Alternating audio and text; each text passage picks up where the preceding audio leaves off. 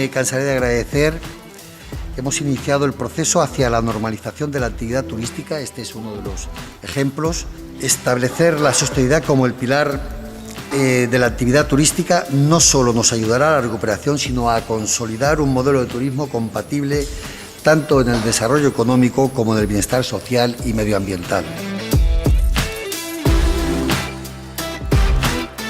Porque nada cambia si no nos comprometemos. Y por eso nosotros con este evento hemos querido aportar nuestro granito de arena, impulsar actos de sensibilización y ojalá que en 2030, cuando abramos la cápsula, que estaremos todos aquí, cuando la abramos nos encontremos que vivimos en una ciudad y en un país y en un mundo que esté mucho más próximos a los deseos que hemos marcado en esta cápsula.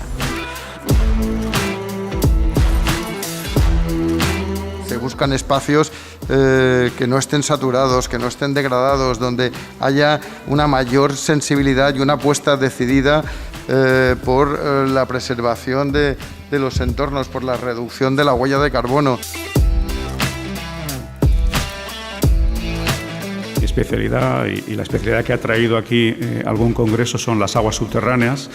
Y tengo que aprovechar este foro para reivindicar el papel de las aguas subterráneas como un agente, como esa componente invisible del ciclo hidrológico que nos puede ayudar precisamente en esos campos, ¿no? En el campo de combatir el cambio climático, en el de reducir la huella hídrica. FAO, la Agencia de Naciones Unidas para la Alimentación, la Agricultura y la Pesca, entendió allá por el año 2015, que debía potenciarse la relación con las ciudades. No solo trajimos 100 alcaldes o alcaldesas o representantes de ciudades de todo el mundo, sino también trajimos representantes de las más grandes redes de ciudades del mundo. Y ese ágora física que ocurrió aquí se sigue extendiendo en el tiempo. Para nosotros, el Palacio de Congresos, desde 1998, es esa gran cápsula del tiempo que ha albergado grandes acontecimientos, generadores de conocimiento, que ha buscado siempre la excelencia, pero sobre todo siempre ha tenido claro su cometido y era aportar valor, generar valor para los ciudadanos de nuestra tierra.